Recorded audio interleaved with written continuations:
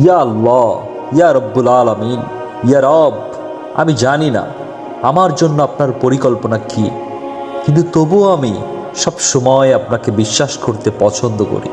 এমনকি কষ্টের সময়ও, এমনকি অনিশ্চয়তার মধ্যেও আমি আমার জন্য আপনার পরিকল্পনাগুলোকে সম্পূর্ণরূপে বিশ্বাস করি।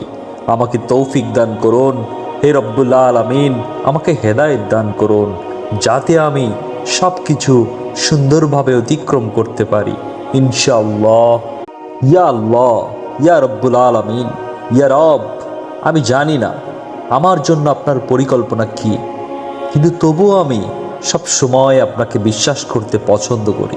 এমনকি কষ্টের সময়ও, এমনকি অনিশ্চয়তার মধ্যেও আমি আমার জন্য আপনার পরিকল্পনাগুলোকে সম্পূর্ণরূপে বিশ্বাস করি।